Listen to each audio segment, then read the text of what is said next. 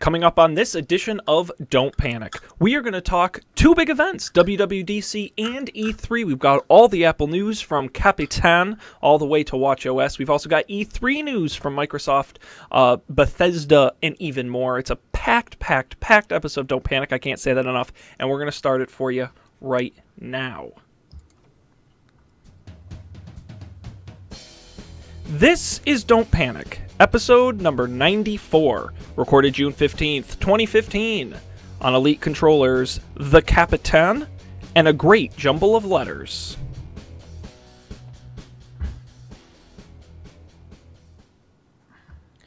Hello, everybody, and welcome to this edition of Don't Panic, the technology podcast that got E3 all up in its WWDC. I'm Sean Jennings, and I am joined, as always, by the Stephen Curry and LeBron James of technology. I'm sure they'll turn in MVP performances tonight. It is Dan Miller and Colby Rabideau. Gentlemen, how are we doing this week?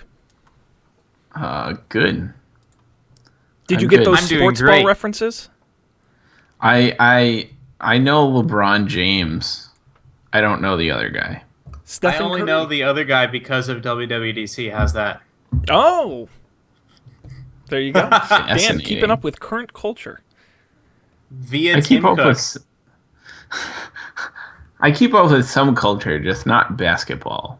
No, I don't know, Colby. I've seen you do some sick free throw line dunks, Air Jordan style. I've seen it. You people don't believe me. It happened. Colby's got ups. Oh yeah. No, I don't. You want to be like Mike, man. I stay planted firmly on the ground. Where any good geek belongs. I'm excited for this week's show. I want to remind everyone out there, you should go to our website, don'tpanic.io. Not just because of our website, but because these two guys built it, and it is great and working. So I recommend you go there. You can get all the past episodes. You can see when we're live. All the links to the RSS, the iTunes, all the different places we have stuff. You can get it, don'tpanic.io, and of course, at Don't Panic Show on Twitter. The big places you can hear us, and you should do that. We are going to jump in, because we are live here Monday night, 10 p.m. Eastern. And we've got to talk about 2 weeks of tech news, because we weren't here last week. And I normally ask where you guys want to start. Maybe I'll just volunteer. We probably have to talk about the big event from last week we didn't talk about. Yeah. WWDC, Apple's Worldwide Developer Conference 2015. I feel like we were just talking about Google I/O, and already we're on WWDC. So much developer news. Gentlemen, is there a specific place with WWDC you would like to start this discussion? We can go to OS, Mac we should OS. do it chronologically. So I think you already have it in chronological order. Let's just run it down. I can work with that. Let's start here with the classic, the desktop. OS 10 El Capitan, the Capitan, if you don't speak Spanish. It's actually the Captain, Sean. The Captain. I'm pretty sure it's the Capitan. Sean doesn't speak English either. I don't speak English good.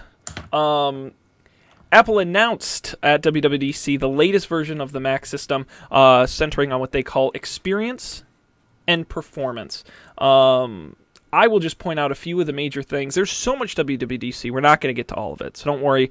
Few key points. Safari web browser getting an overhaul. Things like pinning sites in the tab bar. The address bar is where you can see if the tab is playing audio and you can mute it. By the way, all of this currently available in Chrome, I'm just saying. In addition to Safari, Spotlight Search has been improved with natural language search. So in Chrome, you can't mute an individual tab, though.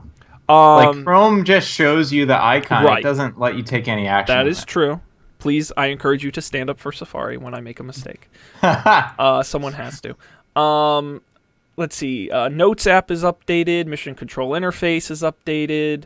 They updated the system font, which is the same one on the Apple Watch, so get pumped for that. And they say it runs faster. Apps open 1.4 times faster. App switching is twice as fast. Bringing the Metal engine to the Mac after being on iOS for a whole year as well. It's available to developers right now, rolling out as a free upgrade in the fall. Gentlemen, any thoughts on the Captain? I was excited about split screen view, so you can take two full screen apps and split them on the same screen because I've always wanted. So the Windows thing where you drag it to the Snap. side, Yep. that's great. It's always That been is one of my that favorite is an Windows amazing features. feature. You're gonna love it. I've had it before in Windows, and I do miss it. Dan, So I'm excited because oftentimes I want to split the screen, but I almost always only want to split it in half. And then your other options for doing this on OS 10 are these crazy complicated third-party window managers that are pretty wonky when they do work. And at best, they're super complicated because they support all these bizarre configurations of Windows, and you have to like write your programming language that defines where your windows are going. It's crazy. This is much simpler. Dan, did I ever send you a link to Spectacle? Yes. That's the one I like. I think it's easy. Okay. I never actually tried that one. So Yeah. Ooh. It's just like keyboard shortcuts, and all it does is like halves and like thirds, thirds. and then yeah. So you basically like it's well on mine I have it set up so you hold down Option and Command, and then you can use the arrow keys. So you'll go. I wonder, can I share my screen? Yeah, absolutely. I bet you can. Just make sure there's nothing sensitive you don't want the world to see. Keep your newbies stashed away carefully. I think we're good to go. All right, share my entire screen. I'm ready. That's a bold proposition. Right. Can you see it? Yes. Okay. So what you do is you hold down like Alt Command or Option Command, and then you just use the arrow keys. So I can use the left arrow and put Skype over to the left side, or the right arrow and put it over to the right side. And if you do it twice, it like shrinks it down to a third. And if you do it once more, you get 2/3. Nice. And that's all it does. Well, it also goes to the top and bottom. And you can use there's a separate shortcut that you can use to move windows between screens if you have multiple desktops, which I do. So Yeah. That's cool. Yeah, I like the third. You can't do that on Windows. You can only do the half and half. I like the options. That's great. yeah, it doesn't. So as far as I know, it doesn't support like dragging. So you like on Windows, you can't drag it to the corner and have it do it. So maybe that's something. I assume that I haven't seen the demo actually of how that works on OS 10. But I don't maybe actually remember what it looks like either. Yeah. I assume that's possible because otherwise it seems like something no one would use. Yeah. That was the feature I was most excited about.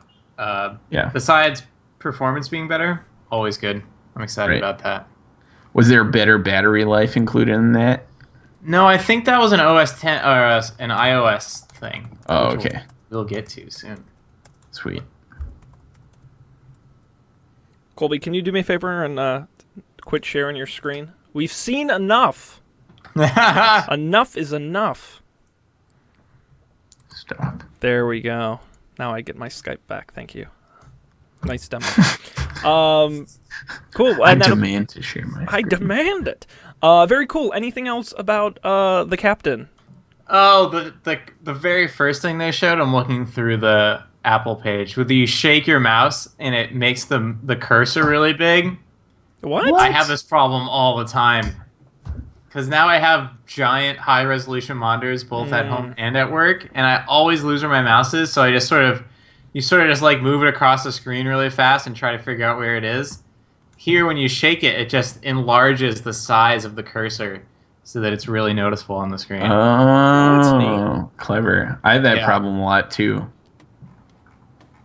Yeah, I wasn't too excited about the Safari stuff, so Safari now has natural language searching, so you can say, find me all my presentations like that I wrote in August. Like, maybe when I get it, I'll use it a lot, but I don't see myself using it that much. I don't have any files on my computers. Yeah. Third-party plugins for the Photos app is unexpected and awesome. Oh, really? So you can download new editing tools and then just plug them into the app. That seems like a surprisingly good idea. Yeah. Well, maybe, I don't know, but it seems kind of cool. Cool. Neat. Lots of good Yeah, stuff. I don't know. I mean, I guess like they said, this is like the snow leopard of Yosemite, judging by the name.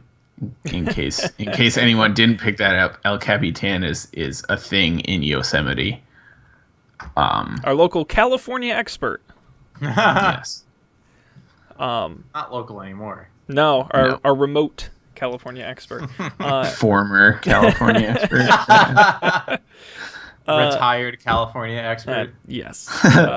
It seems like a solid update. I mean, these happen all the time.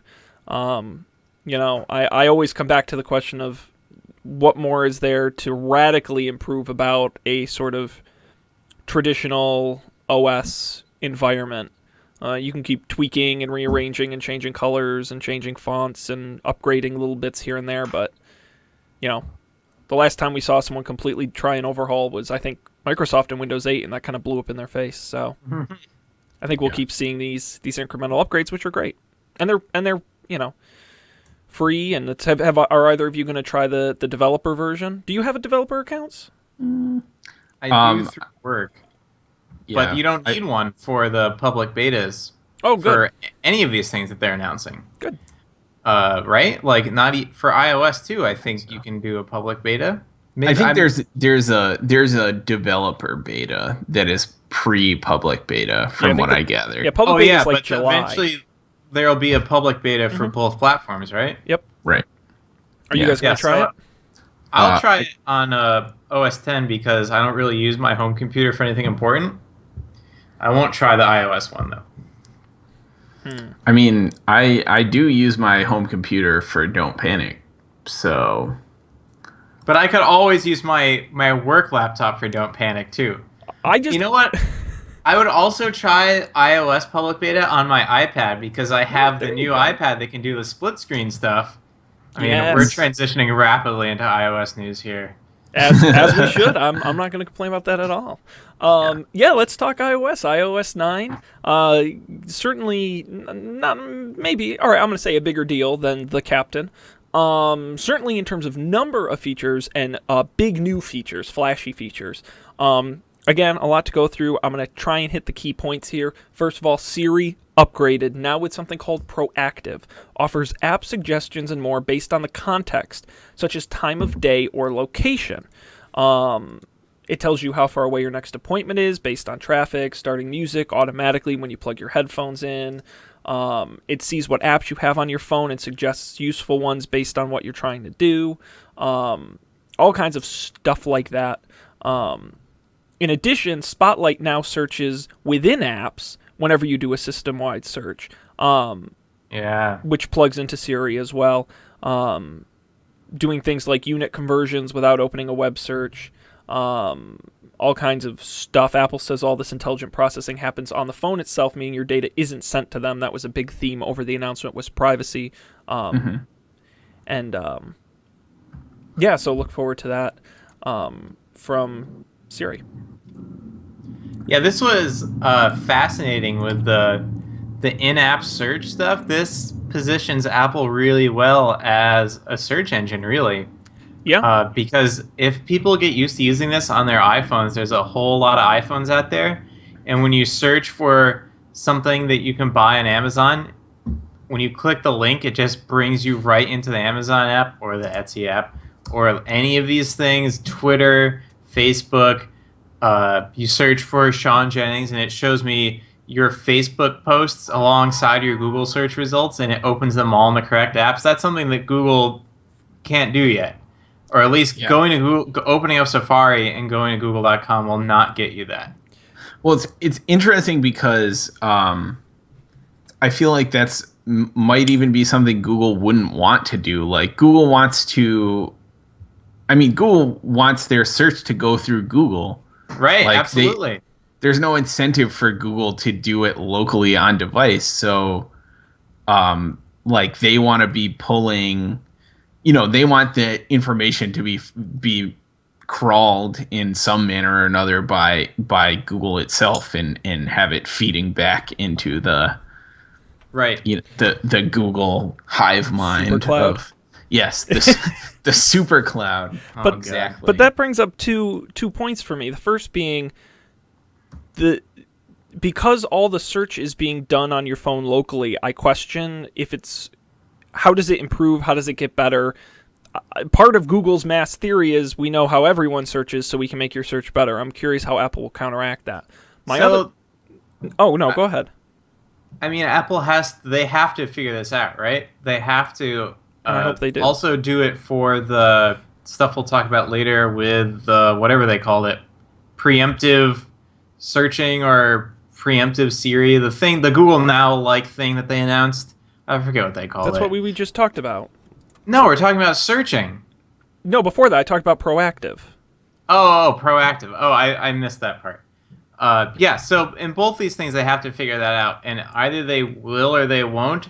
Do you think that people would be able to consciously make the trade-off between privacy and sort of relevance or performance and be like, it's okay that this doesn't really, work, in air quotes, as well as Google Now, because I understand that the only reason Google Now works that well is because they do things I would rather they not do if I had a choice?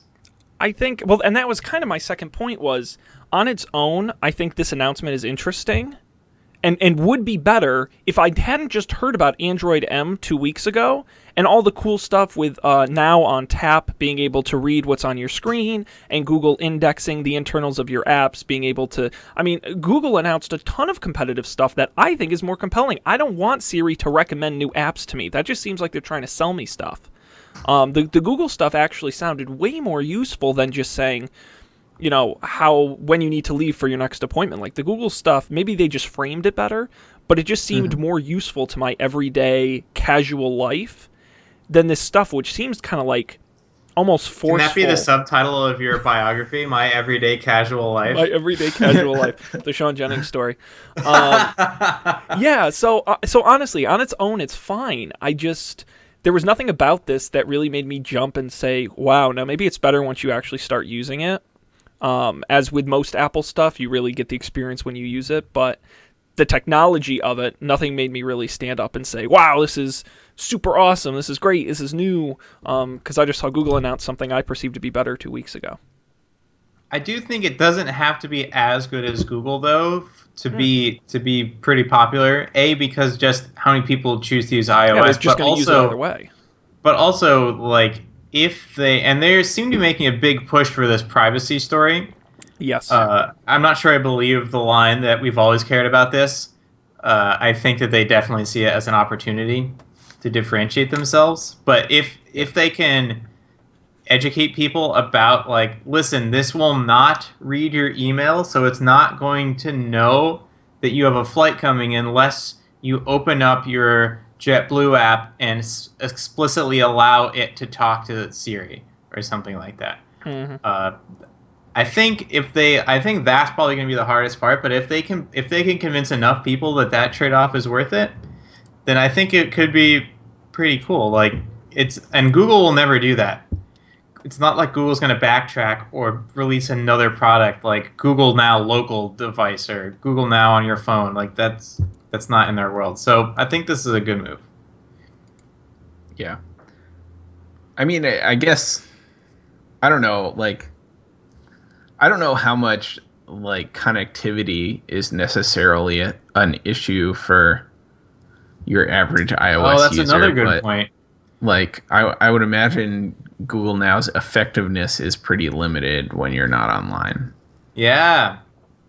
Yeah, I'd be curious to know that as well. Yeah. And I mean, I think to some extent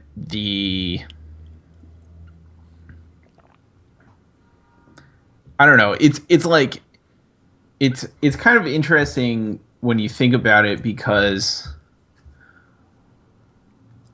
yes, Google now has access to a much wider base of information, but I guess I'm not sure where I'm going. maybe Google Now being connected to Google can do a better job of like doing everything, but I think just locally you could probably do something pretty compelling because it's like the data you're looking through is like self-selecting in a way. So like whereas Google is trying to look at everything, Apple is looking at things like this subset that is like relevant to you on your phone because it's on your phone. Yeah, and if you are allowed to make the decision about whether or not something goes into Siri or not, and I use Spotlight Search right now, and it's terrible because I get all this crap I don't care about. I don't want App Store results. I don't want these things. And if you could say, all right, here are the things I want these apps to send into Spotlight. I want these things to be indexed. Then when you search it, it's like a highly personalized search engine. Yeah. Yeah. Which is actually Google's dream. Like, they've been trying to do this for years. Right. Interesting. Yeah, I think it's kind of neat. And I have like, I think I probably picked them on the show like a while ago when I still had an Android phone. There were those like contextual lock screens and stuff for Android that like would give you different shortcuts depending on, where you were or what time of day it was. And I think that stuff's kind of cool.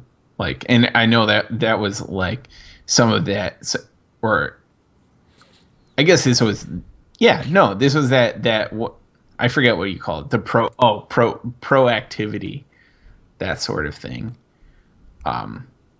Yeah, I mean, I think it could be cool. I think at best, at worst, it just won't make a difference. But at best, it like will be kind of helpful in a not entirely like in kind of a subtle way. I think that's what they were going for. Is something a little more subtle and use it when you need it. I'm just disappointed it wasn't called Siri Now. Siri Now. Right now. I was doing that last night actually. I was, hey Siri. So let's continue on. We're going to talk about Apple Pay quickly. Passbook is dead. Long live Apple Wallet. Apple Wallet, new name, and some new features. First of all, launching in the UK, so all of our UK listeners get jazzed for that. It's also getting store credit cards and loyalty cards from select retailers to start. Companies like Dunkin' Donuts and Kohl's are on that list. Which is great because I don't like having to use separate apps for some of that stuff. It'll be integrated right into Wallet, and you'll get all the benefits that go along with that. Next, wait, I'm excited about rewards cards because I always take my rewards cards out of my wallet, and so I never use them. Yes. Yeah, I just hope it's as easy like with NFC and stuff because right now, like I use the Dunkin' Donuts app. And they scan the screen, a QR code on the screen, and it works fine, but I'm curious to see what the implementation will be on a store-by-store basis and what technologies they use, because it should support both. Let's see. Notes app is updated, if anyone cares. Nope. Image insertion, checklist, sketches, more notes things. For someone who would never install a Notes app, this will be a better Notes app than the one they had, but all these features and more are available in any other Notes app you would choose from the App Store. It's sort of a might as well kind of thing, I guess. I guess. Like, if they're going to continue to have a Notes app, they got to do something. Although there are lots of other more terrible, like Mail could use a lot of work. Yeah. Right, that's what I was going to say. Let's put more effort into that than Notes, but... Yeah. I started like adding accounts. Like I have my calendars in iOS to get like the notifications and stuff from iOS, but I never ever open the calendar app. Like I read from a different app. Which is like probably not what they're going for. But I would imagine myself doing that to a greater extent once this sort of like local search thing is happening, because like I'll want that stuff to be searched, but I definitely don't want to use the Mail app. Yep. What about the female app? All Maybe. right. Is that Mail version 2? Female. You guys are awful. That was not a terrible joke. It was a terrible joke. It wasn't like a raunchy joke, though. No, it was just a bad joke. it was what some would call a dad joke. Oh, for A sure. groaner, perhaps. For sure, a groaner. A groaner. Gross. Oh. I got to get one of those rim shot sound effects. Queued up for moments like this. Maps is getting some upgrade. Transit directions and launching in more than 20 cities, including trains, buses, subways, in places like San Francisco, Beijing, London, Berlin, and the greatest city in the world, Philadelphia. Also, New York City. See? Yeah. Trolling hard. Real fun stuff. I am really excited about that because the screenshots that they show look great. They look so much better than the the Google Maps transit directions. They look so much better than City Mapper. It looks like the New York City subway map, which is what I want because that's what I understand. And you have to imagine the Apple Watch integration is going to be great too, which would be nice. Yeah. Totally, you're right. The Apple Maps walking directions work way better over the watch than the City Mapper subway directions. Although the problem with City Mapper is if you switch off of the app on your watch when you're in the subway, it's questionable whether you'll ever get those directions back on your watch because of the no native apps thing. But with native apps, that probably won't be a problem for City Mapper anymore. But still really excited about this. As long as the directions are good, I'm great. Also, it would be great if, and this is my number one feature request for these public transit apps, the ones that know the schedule always try to give you, they micro-optimize for the fastest possible route from where you are at this exact moment to where you're going. And that's not what I want. I want to know, in general, which of these will probably get me there the fastest. Because, face it, Google Maps, that 8-minute, every 8-minute schedule on the 4 train, that's not true. It's just that's the idealized case. It's not actually going to be there every 8 minutes, and you don't know what the current status of the trains are. So just say, normally take the 4 or 5 to the AC, that'll usually be the fastest. Here are some alternate routes you can consider, but here's the one you want. And don't tell me all this crap about when the trains are coming if it's just a schedule printed out online and not real-time information. Rant off. Wow. Yes. Google, if you're listening, and we know you are.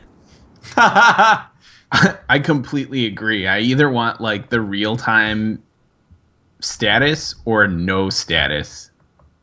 Yeah. The printed schedule doesn't matter, is what you're saying. Right. Well, see, Google's in a great position, just like they do with driving directions, to say, we know what the performance of our suggestions are. So we can say, when we recommend that people take this route, it usually does not perform as well as this other one. So let's just recommend that one. Usually take this one, because we don't actually know in the moment which one is going to be faster or not. Maybe this is crazy. I don't know why Google doesn't just pony up some of the piles of cash it has and stick a 4G sensor on every train in one city at a time. And own that. Sure. Are you kidding me? The cities would love Google pays them a little cash. They stick a sensor on every train, and they have the best data in town. Yeah. Yeah, It makes perfect sense to me. But what do I know? To be honest, the only city I've been in where the public transit does not have cell phone service is New York City. I thought they were working to fix that, though. Sometimes it's there. But in Berlin, in London, in Dublin, in Boston, in San Francisco, it's just always there. You're such a world traveler, Dan. Look at you. I haven't tried the greatest city in the world, Philadelphia, yet, though. I was pretty surprised when I moved to Boston that, I have service for the entirety of the Green Line tunnels. All the tunnels, you just have full service. Mm-hmm. And I was not expecting all the subway stations. Yeah. Well, in all the stations, I feel like in New York, most of the station or many of the stations, I don't know. At least of the one stations of that the I have stations. experienced in New York City have service, but in between the stations, you never have service. True. Right. Yeah, so between the stations, you never have service. Right. I was I would say expecting about that sort of maybe less than half of the stations have service. Yeah. I mean, that's More probably than true. maybe about half have Wi-Fi, but Mhm. the overlap between ones that have Wi-Fi and ones that have cell phone service is pretty tight, so it doesn't really matter to me that there's Wi-Fi most of the time. Yeah, indeed. Anyways, Fantastic. Yeah. let's get back I to don't- things that the rest of the world cares about. No, I think this is definitely up there in one of our tangent conversations, our witty banter about trains and Wi-Fi. There's just first world problems. Hey, at least this one is tangentially tech related, so That's I'll take true. it. It's not about biscuits and scones, which is a new argument I've been having. Biscuits versus scones. Yeah, what's the difference between a biscuit and a scone? I don't even give a shit. Right answer. Sold. End it. Cut it. Done. That says it all. That should be our catchphrase. Don't panic. I'll gladly argue about muffins versus cupcakes, but not biscuits or scones. That's a whole That's nother way too level. highbrow for this show. Yep. We're very blue collar food debates here. I think we should talk news, specifically the news app in iOS 9. This is a little bit not out of left field, but I think a little surprising for some people. Apple announced a new app pre-installed on iOS 9 called News. Very similar to Facebook Instant Articles like we talked about a couple weeks ago. Essentially, it's news content from a variety of sources on your device automatically. 2 ways you can get that information into the News app. 1, from anywhere. You can plug any link in.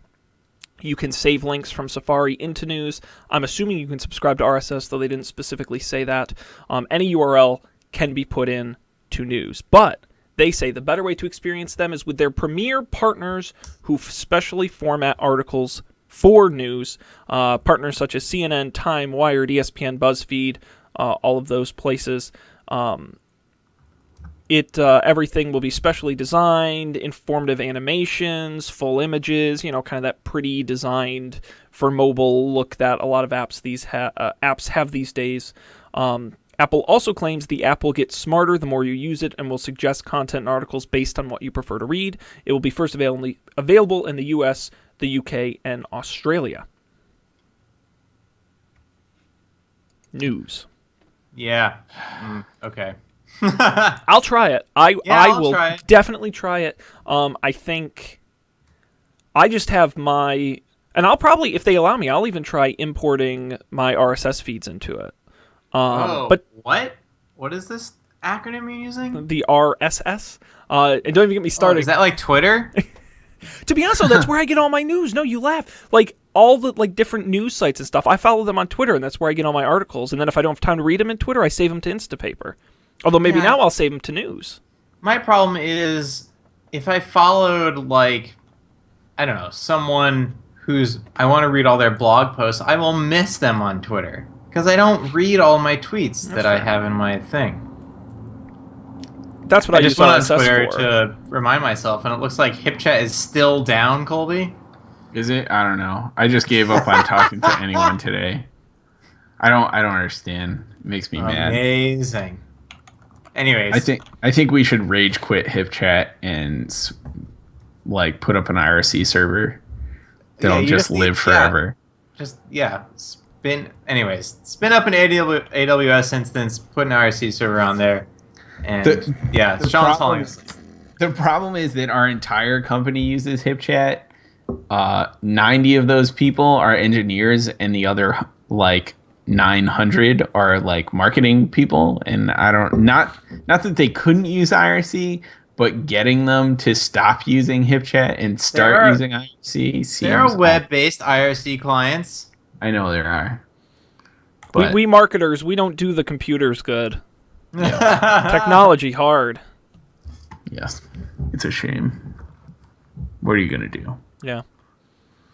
I don't know. It'll be interesting. I saw on Twitter today Apple posted a job, an open position, if y'all are interested, as the news curator for the News app. A person not using algorithms, a person whose job it is to actually pick the stories that at least before it's personalized, first appear in news. And some people said Apple's officially getting into the news game. Once you go outside of algorithms, you make it a person. You're essentially a newspaper in a lot of ways. At minimum, a curator. Putting Apple... Wait, they have a person curating these things? Apparently, that's what the job listing said. They didn't get super detailed in the announcement as to if it was an algorithm or a person, but the job listing specifically said... in addition to algorithms, manually picking stories from partner sites that will be highlighted in the news app. So it really is making them what's the difference between them and a place like BuzzFeed, which really does just post other places' articles, right? Just in a curated fashion for their audience. Indeed. It's an interesting debate. iOS 9 power stuff for the iPad.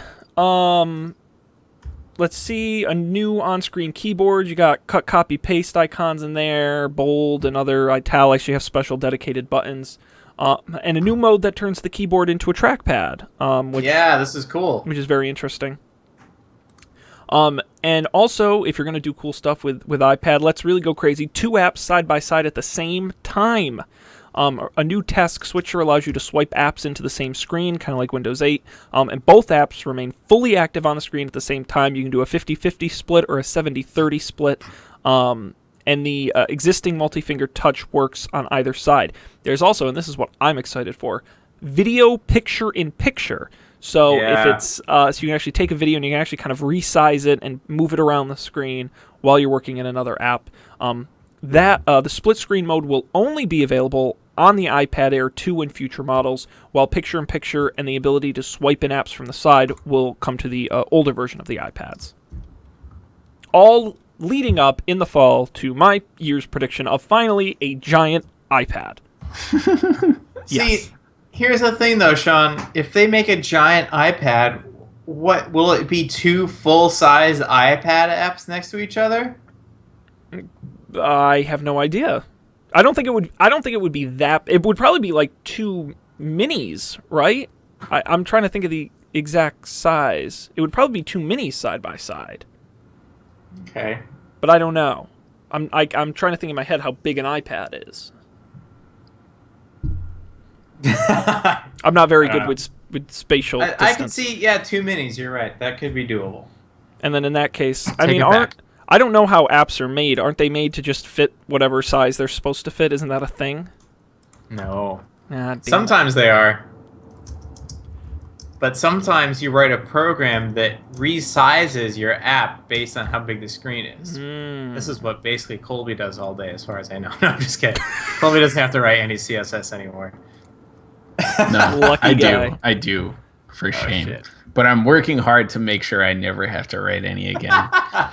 My goal is to write all the CSS I will ever need and then never write any CSS again. That's the dream. Love it. Great. Perfect. Soon. We got to hustle along because we're just burning through time like it's nobody's business. Oh, man. We got to talk about E3, too.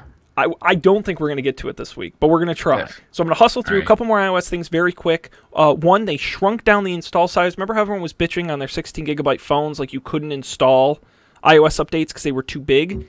Somehow, they actually shaved iOS in half. In size, from 4.6 gigabytes to 1.8 gigabytes. I bet I know how they did it. They took out half the features. No. I bet they somehow made it so that they can deliver you just the stuff you need for your device. So the iPad features only go on iPad, and the iPad assets only go on the iPad. That makes perfect sense. I buy that.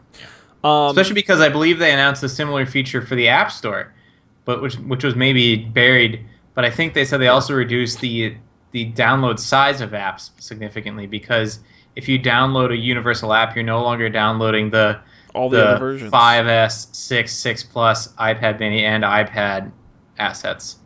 Exactly. Low power mode, didn't say exactly how it would work, probably limiting background processes, but they say an extra 3 hours of battery life on a single charge.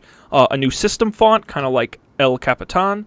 Updates to HomeKit and CarPlay. Big announcement, I think, on CarPlay is that CarPlay supports apps from automakers. That means you can use the iOS interface to change the climate control, adjust cruise control, access features in the car, which is a big deal to making it the primary interface instead of having you switch in and out of CarPlay back to the manufacturer's interface for interacting with car things.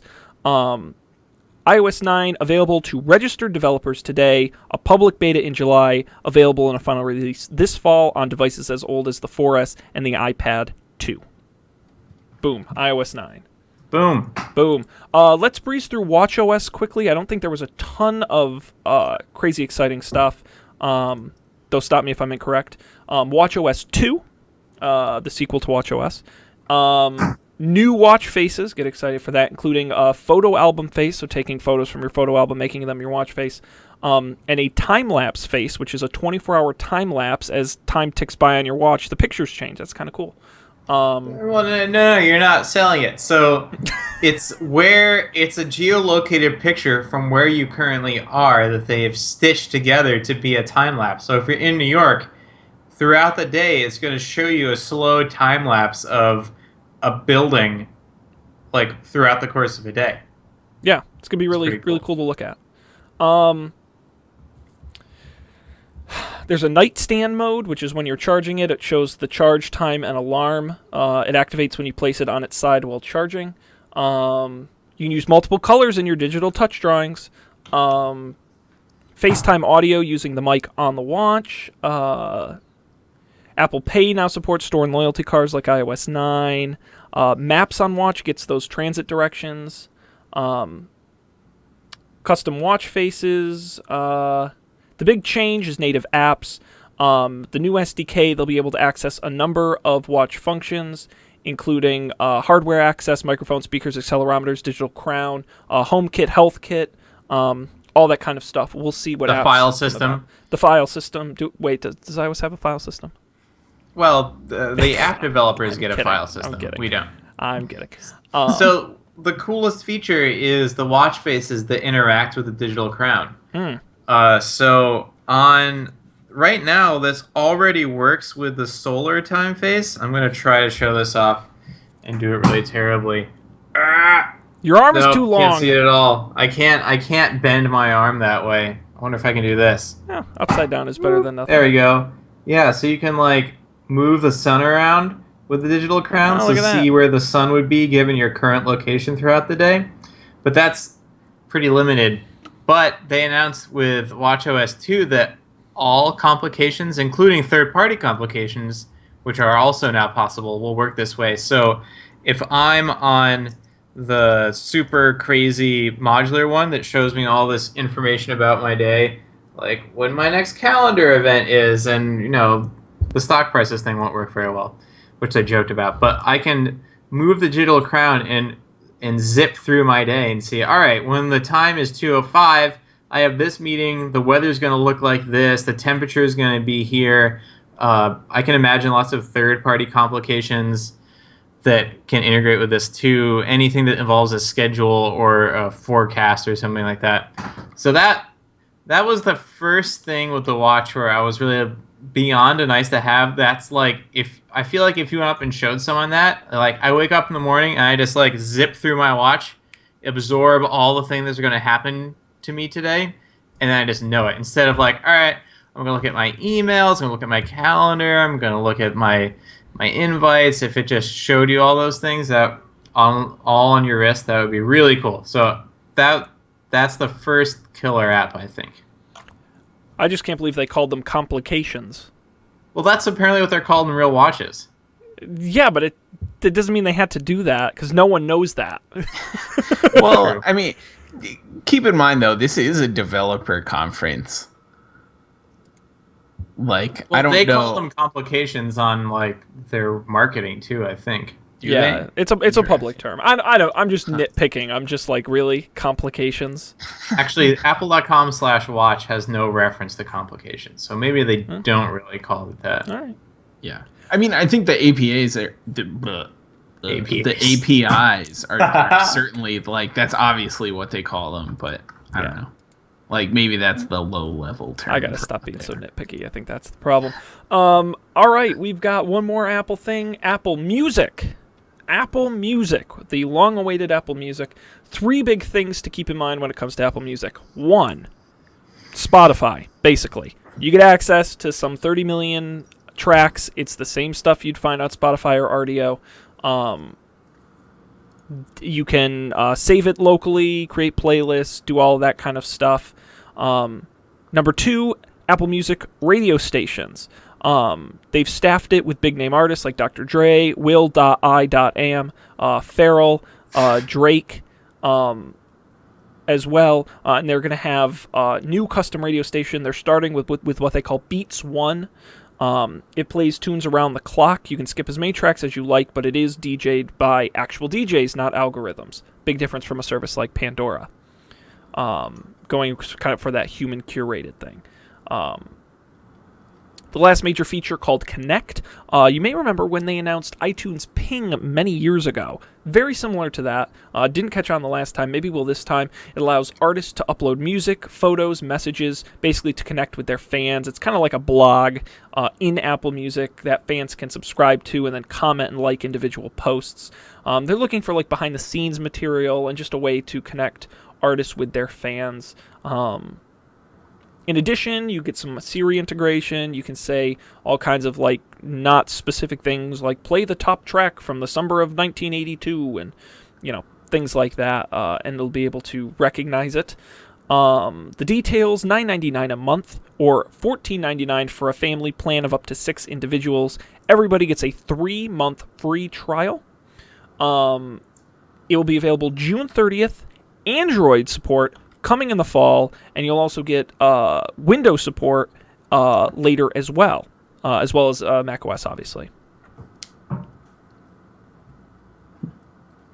Any thoughts on Apple Music? Again, like the notes in the news app, I'll try it. Yeah. I'm intrigued by the radio station more than anything because I don't really listen to popular music, and I feel like maybe sometimes I should at least get the references. I feel that way. Yeah, maybe not. And like that, honestly, if it was just popular music and just a radio station, then I wouldn't use it for very long. So I'm interested to see how they'll have only one human curated radio station and keep it just for the music, but also keep it massively appealing. Mm-hmm. Beyond that, yeah, I wasn't really excited about it. I was pretty weirded out by this whole part of the presentation when I watched it last week. Oh my god. Did anyone else watch this end part? No, I didn't get a chance to. Oh man. It went from like the perfectly polished, perfectly paced, humorous, new Apple presentation to this weirdly awkward Samsung-esque thing with like Jimmy Iovine and then this rapper dude who also the rapper dude was actually more poised than all of the other people from Apple they brought up to talk about this thing. That's Drake. It was bad that news. was Drake, the Canadian guy. Yes. Wheelchair Yeah. Jimmy, if anyone gets that reference. But Nope. I don't know. he used to be an actor. He played a character called Jimmy. He was in a wheelchair. Call him Wheelchair Jimmy. Was that Oz? No, that was Degrassi. Oh, okay. If you're familiar at all with that. Me and my useless trivia. Yeah, I honestly the most attractive thing about this to me is when you start using accessories with iOS, especially like my watch and things like that, they work much better with the system integrated services than they do with the third-party apps.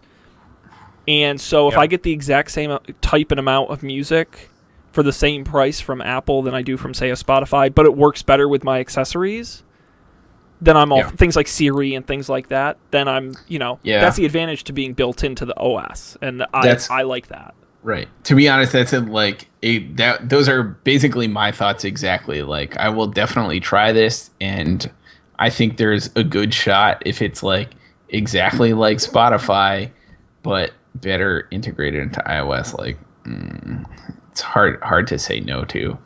The thing. So I maybe this was there and I just missed it. I didn't hear anything about like like offline listening. Yeah, you can save tracks and playlists for offline listening. Okay, cool. Because I feel like that's pretty important to me. Yep. I don't know, like just in general.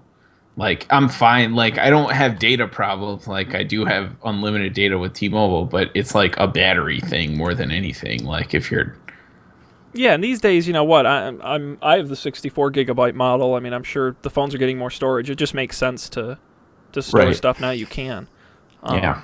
So that'll be interesting. We'll have to give that a try when that launches in a couple weeks, 2 weeks. I got bad news. No time for E3 this week. We're going to push it to next week. I'm sorry. It only just started too, right? I know. Well, you know, and to be honest, it's about half the announcements because we can talk about Microsoft, Bethesda, Oculus Rift, but we wouldn't have touched EA, Ubisoft, Sony. Sony actually, I think, is happening right now or just ended. All right. Well, in that case, I will accept waiting till next week, but we can't not talk about it next week because there are so many games that I'm so excited for. I am excited to talk about it. Put it that way, and you know me. I'm literally gonna do nothing for the second half of this year except that's sort of pre-Christmas time. Colby's just. My only question for you, Colby, is: are you going to get the Fallout 4 special edition with the working Pip-Boy? Pip-Boy. Oh man, I don't know. I think I might do it. It depends on the price point, I think, which I haven't looked at, but I don't think they said, to be honest. Yeah. It's pretty nerdy in a pretty delightful way. That is what was it? There was a great quote from whoever was giving the announcement. They're like, if we're gonna do a gimmick, we're gonna go all out. And I'm like, yeah, that's great. But no time this week. However, we have time for picks, which we have put off for like 8 weeks or some crazy thing. So we have time to do picks. Good news. Woo. Good news. Yay. And I'm at the top of the list, so I suppose I'll jump in and go first. Talked about it on the show before. Coin. The thing I ordered, I kid you not, like over 2 years ago. Yeah, well, I know. Tech hardware startup pre-order nonsense. Promises, found and never delivered. But finally I got it, my Coin. If you don't remember, Coin is one of those programmable digital credit card things that you put all your other credit cards on, and then it's just one credit card. And ta-da, I've got it here. My little Coin card. I have to do 2 cameras here because they're not working, but there you go. You can see the card. It's black. It says Coin on it. It's got just one button there on the front and an e-ink screen. When I push the button, you'll notice it says lock for a second. And then it shows you my credit card information. Luckily, nothing you can steal for the video viewers. But the reason it says lock is because it actually pings back to my phone. Make sure it's connected via Bluetooth. Because if it's not connected, it won't unlock. Which is good if you leave it somewhere people can't use it. And it shows on the e-ink screen, it's important. It says the sort of information, the name, the 4-letter name you give your card, the last 4 digits of that card, and the expiration date. When I push the button, you can see here, it flips through the different cards as I push the button. You can put, I think, up to 4 cards on here at once. And then on the back, you can see it's just a magnetic stripe. It has my name etched into it. And that's pretty much it. There's not much more to it than that. There is an accompanying iOS app. It's hilarious because I wanted to show it on the show, do the AirPlay and put it up on the screen. And then I realized it displays in full all of my credit card numbers on the screen in the app. So I'm glad I didn't do that. And I'm going to write them a letter because I don't think that's necessary. And I don't feel comfortable with them doing that. But that's another story. So you don't get to see the app. It's very basic. You just put your credit cards in. The way you do it, they send you one of these little square-esque credit card doohickey readers. You swipe your credit cards in, it saves it, and then you put it on the card. My experiences using the card are hilarious because people don't understand what it is, and they think you're weird, and they think it's weird, and it takes you twice as long to buy anything when you have to physically hand it to them. It's really great at places like gas stations or places with self-service. Works great. I've never had a problem with it working. It's been very reliable in the few times I've used it. But, like at a McDonald's, I hand this to the cashier, and he's like, "Whoa, what is this?" And he's like looking at it. I go, it's one of those digital credit card. That's crazy. And then he swipes it and has a look on his face like just has no idea if it's going to work at all. And then it works. He goes, cool. And then he hands it to me. All right, thanks, McDonald's guy. I hand it to the, at work we have a cafeteria and I didn't have any cash, so I charge it. She goes, well, what is this? I go, it's a credit card. Well, I can't take this. Well, it's Visa. No, it's not. Yeah, it's a Visa. It says she kind of looks over. Well, and then she tries to swipe it. Can't figure out where the stripe is. I have to show her. And then she says, well, I have to type in the last 4 digits. And I go, well, they put them right on the front of the card here. Well, I don't know if I can do that. I'm like, yeah, you can do that. I kid you not. Everyone, and of course, there's a line of people behind me all looking at me like I'm crazy. My conclusion on Coin, I will admit I spent $50 on this. The technology works, except in ATMs, by the way, which will not accept them, which is kind of a pain in the ass. Interesting. The ones that kind of suck them in and keep them. Oh, yeah. The ones where you just do it work fine. To be honest, nobody needs this. I've bought so much unnecessary crap over the years. This may be at the top of the pile of things that are just more complicated but don't add any value. Because I don't trust it enough to not bring my other cards anyway. And I might as well, and I found myself doing that, just using my other cards because it's easier. So the technology works, the use case not so much. If you want to try one for yourself, onlycoin.com, feel free to order one. But I don't know, a cool idea, but you know what? It's not really any better than your other credit cards, to be honest. There's not a big advantage. And people just think you're weird when you use it. So, it's not like when you wear the smartwatch, people are like, oh, neat, I want to talk about that. You hand this to them, they think you're scamming you or something. It's not good. So, that is my review on Coin. Good technology, strange to use. Yeah. It's a shame that it doesn't work with ATMs. Yeah, I kept putting it in. I was so, they say it works in like 90% of places. I guess the 10% isn't.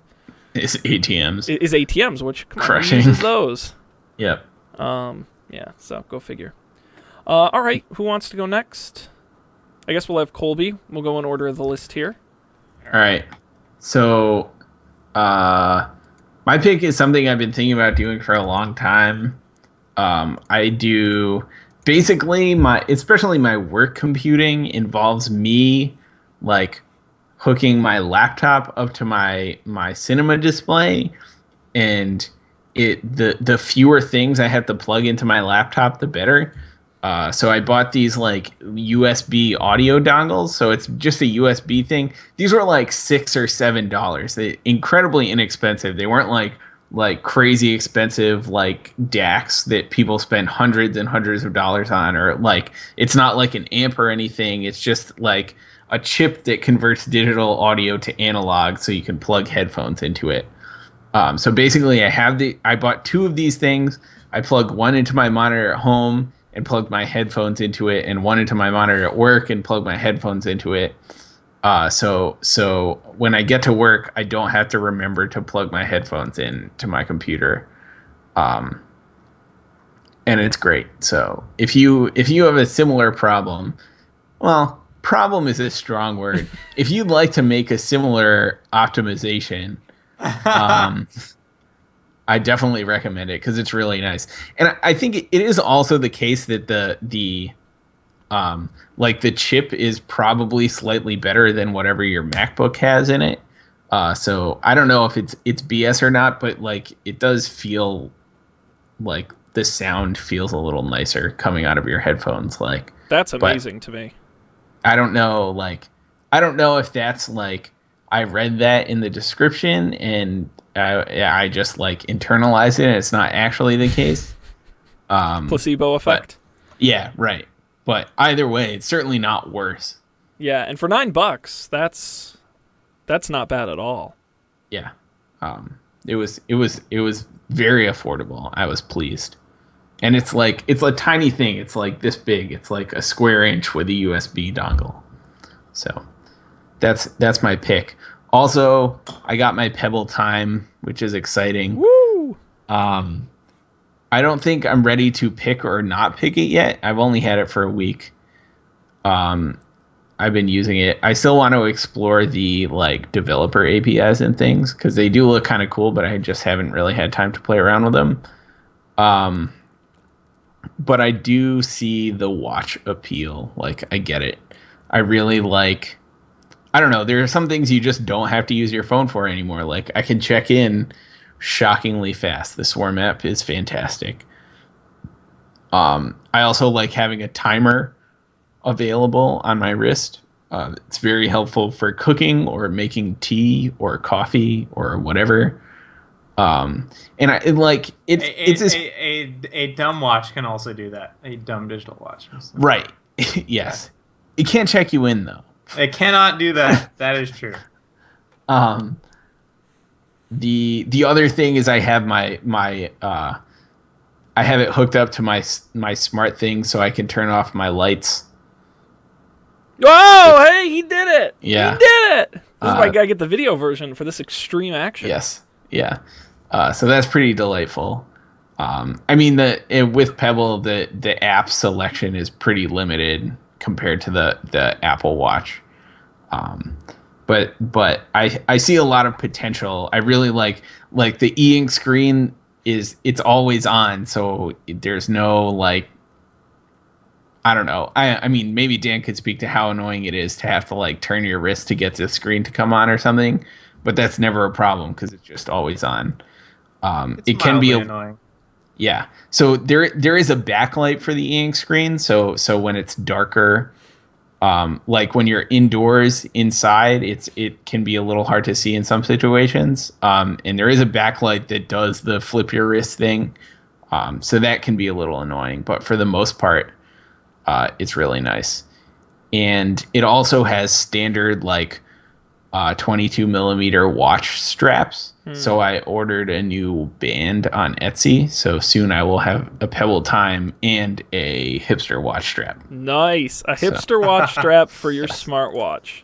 I'm living the dream. I'm sold.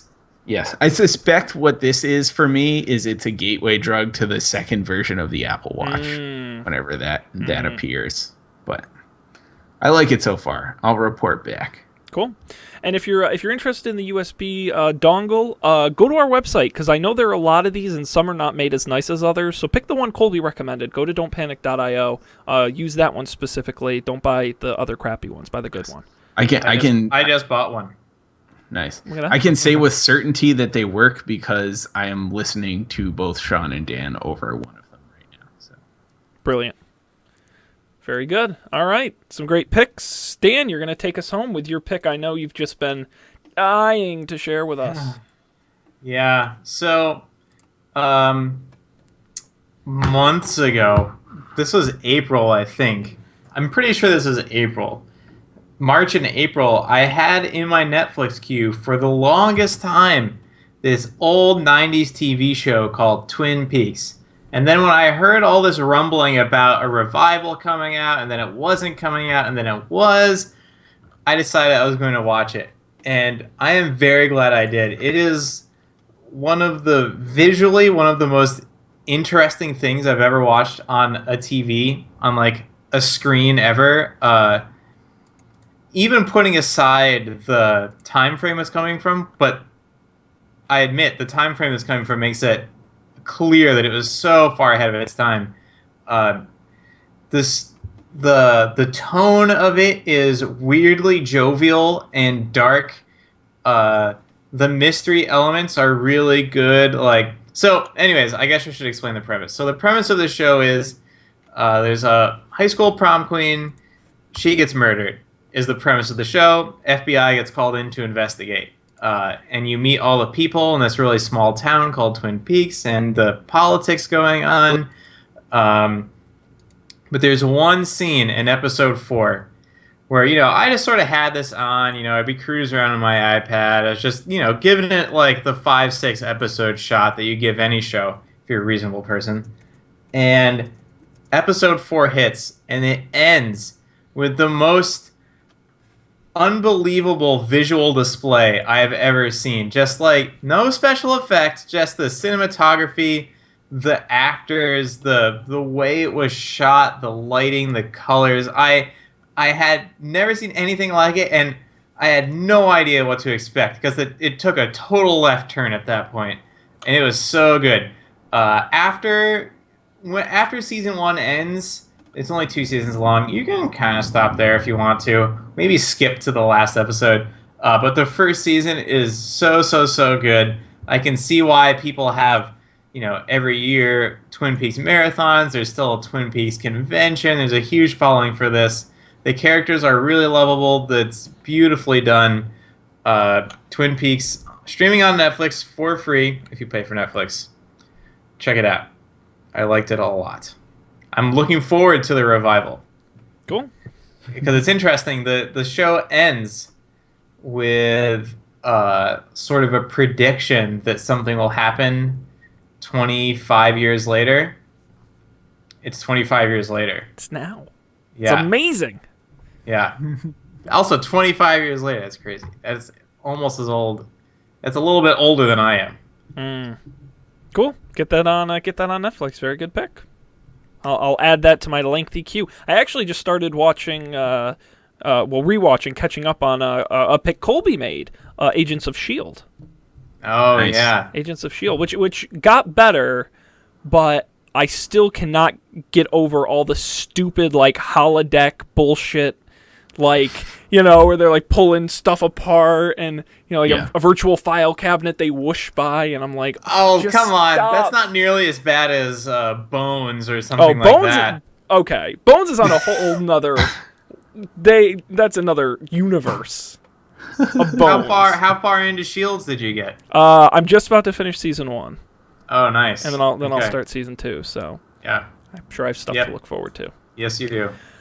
Very good. Well, that's it. We're out of time. We went a little long. I also want to tell you, we broke our record tonight for most live views on a regular episode. 35 What? individual Whoa. views tonight. I know. Big leagues. Wow. Big time.